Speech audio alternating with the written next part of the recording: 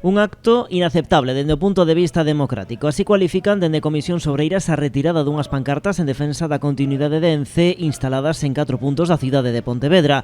Esta mañá, un reducido grupo de representantes sindicais concentrouse diante das portas do Concello para dar unha rápida resposta a estes feitos. Din que atenta contra a súa liberdade de expresión e apuntan directamente contra o alcalde Lores. Non pode ser, non, que alguén que dicen que teñen e que representan plantexamentos políticos de esquerdas e progresistas teñen estes comportamentos, e menos pode ser que permanentemente se lle este insultando aos traballadores de ENCE pola defensa dos seus postos de traballo.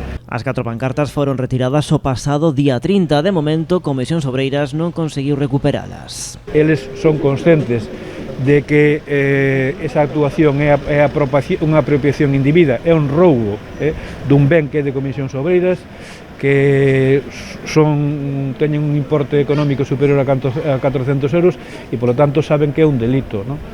Si infringimos algunha normativa administrativa, o que tiña que facer o Concello de Pontevedra era dirixirse a nós para decir que retirásemos as pancartas e, evidentemente, se nos negásemos a retiralas, en todo caso, proceder eles a súa retirada. E lamentan o que eles consideran unha dobre vara de medir porque din a outros colectivos sí que lles deixan poñer pancartas incluso na zona bella da cidade. Hai organizacións do mundo nacionalista que incluso colocan pancartas no casco histórico, que está prohibido expresamente, pancartas que están perante moitos días e que non se retiran.